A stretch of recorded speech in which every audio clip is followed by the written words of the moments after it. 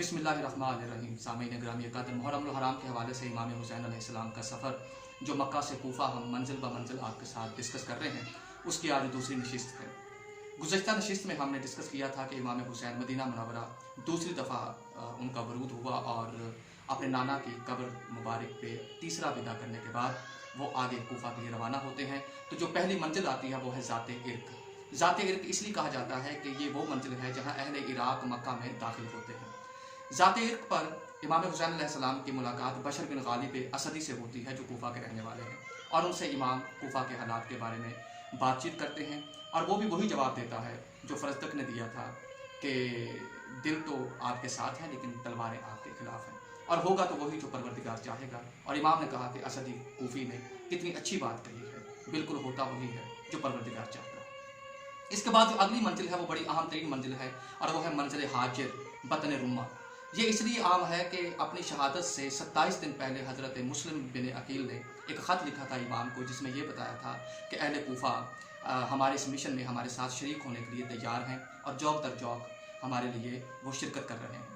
इमाम ने कैस बिन मसहर को एक ख़त लिख के दिया कि ये कूफा ले जाओ और हज़रत मुस्लिम बिन अकील से कहो कि ये ख़त वो अहले कूफा को मेरी तरफ से पढ़कर सुना दें। उसमें यही लिखा था कि यह ख़त हुसैन बिन अली की तरफ से है और मैं तुम्हें तुम्हारी मोहब्बतों के जवाब में हमदे बारी ताला का तोहफ़ा ही भेज सकता हूँ। ये ख़त लेके हज़रत कैस बिन मसहर पहुँचते हैं, लेकिन इससे पहले इब्ने ज़ियाद को पता चल चुका होता है कि इमाम हुसैन कूफा के लिए आज़म सफ़र हैं और वह रस्ते में हैं।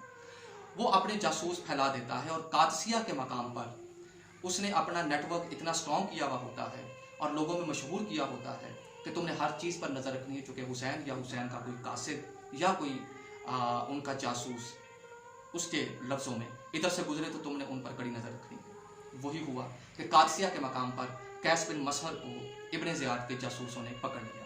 कैस बिन मसहर इमाम का ख़त फाड़ देते हैं, यहाँ तक कि उसको छुपा देते हैं।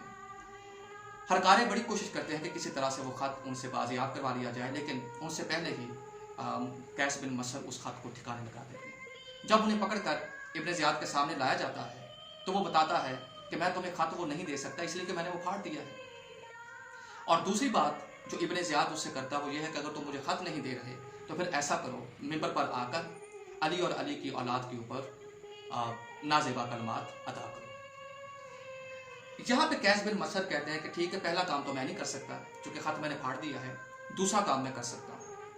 लिहाजा इब्ने ज़ियाद पूरे कूफा में मुनादी करवा देता है ताकि लोगों के ऊपर एक रोब भी पड़े और लोगों की राय भी तब्दील हो जाए कि हुसैन का कासिद हुसैन के ख़ानदान के बारे में कैसी बातें कर रहा है।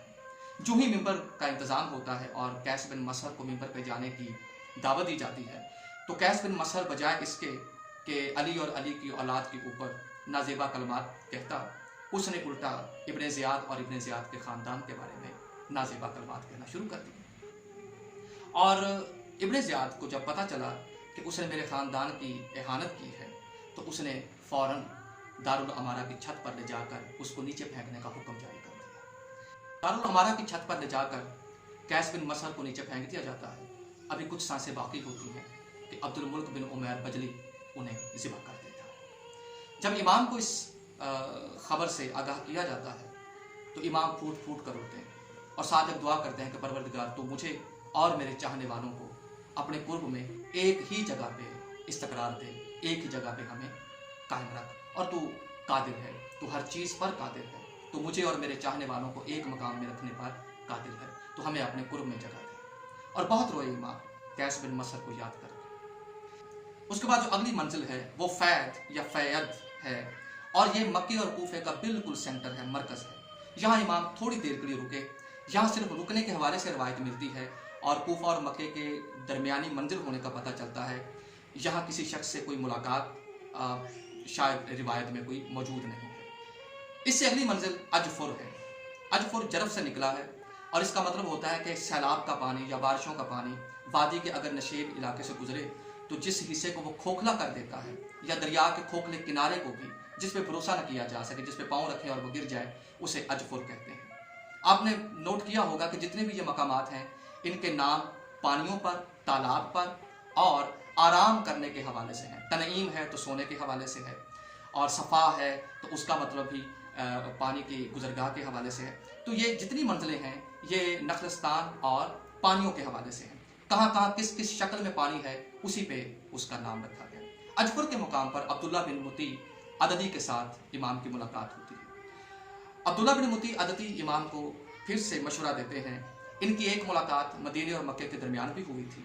वहाँ भी इन्होंने यही मशवरा दिया था कि अगर आप अहले कूफा के ख़तों के जवाब में उनके पास जा रहे हैं तो ये आपके लिए नुकसानदेह है और हुकूमत के साथ इस तरह से मुखालिफाना रवैया इख्तियार करना वो आपके हक़ में किसी तरह भी सूदमंद नहीं है। और इमाम ने आगे से यही जवाब दिया कि जिसका मिजाज तकवा हो और जिसका इरादा फलाह बहबूद हो वो अपने इरादों की तकमील से कभी पीछे नहीं हटता। इससे आगे की मंजिल खुजैमिया है।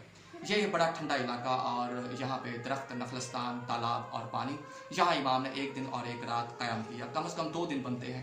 यहाँ इमाम ने जब क़याम किया तो यहाँ एक अहम तरीन वाक़या रूनमा होता है कि सैयदा ज़ैनब सलामुल्लाह अलैहा को एक ख्वाब में मुनादी सुनाई जाती है जिसे वो अपने भाई के साथ आके शेयर करती हैं और आप कहते हैं कि भाई मैंने ख्वाब में कुछ अशार को अपने कानों से सुना है और वो अशार ये थे कि ऐ आँख, जितने आंसू भर कर रोना चाहती हो रो लो, क्योंकि तुम्हारे बाद इन शहीदों को रोने वाला कोई नहीं है। ये जो जाने वाले हैं मौत इनकी हमराही है और तकदीर अपना फैसला करके रहेगी। इसके जवाब में इमाम ने कलमा खैर कहा और कहा बहन बिल्कुल ऐसे ही है, जो खुदा चाहता है वही होता। और बहन हमारा सर अपने खुदा के सामने खाम है। मंजिल खुजैमिया का ये ख्वाब बहन का भाई को सुनाना और भाई का बहन को तसल्ली देना, ये उस मरहले की शुरुआत है जो मरहला शहादत हुसैन और जिंदान ज़ैनब पर ख़त्म हुई। इसके बाद की मंजिल शकूक है। शकूक कहते हैं पाँव की एड़ियों का फट जाना। ये ज़मीन आप देखते हैं कि जहाँ पानी काफ़ी देर खड़ा रहे बाद में वो ज़मीन फटती है तो ऐसे लगता है जैसे पाँव की एड़ियाँ फूटी हुई हैं। इसे इसीलिए मंजिल शकूक कहते हैं। ये इसलिए भी अहम है कि यहाँ एक और रिवायत है कि यहीं पे इमाम हुसैन अलैहिस्सलाम की मुलाकात हुई फरजदक के साथ। हालांकि इससे पहले जो फरजदक की मुलाकात हुई थी वो मक्के से करीब हुई थी। अब अगर देखा जाए इन दोनों रिवायात को, अगर तो मंजिल शकूक पर हुई है मुलाकात तो इसका मतलब ये हुआ कि फरजदक अब यहाँ से हज के लिए नहीं जा रहा, चूँकि 8 ज़िलहज्जा को तो इमाम ने मक्का को छोड़ा और मंजिल शकूक तो कूफा के बहुत करीब है। इसलिए फिर यही समझ आ सकती है कि फरजदक यहाँ से उम्रे के लिए जा रहा है। और अगर उस मुलाकात को देखा जाए जो मक्का से करीब हुई थी मकाम सफ़ा के ऊपर, तो वहाँ से फिर हमें पता चलता है कि वो हज के लिए जा रहा था।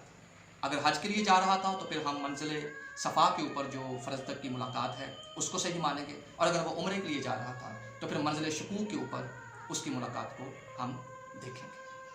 आबाद शाद रहिए। इंसान को बेदार तो लेने दो, हर कौम पुकारेगी हमारे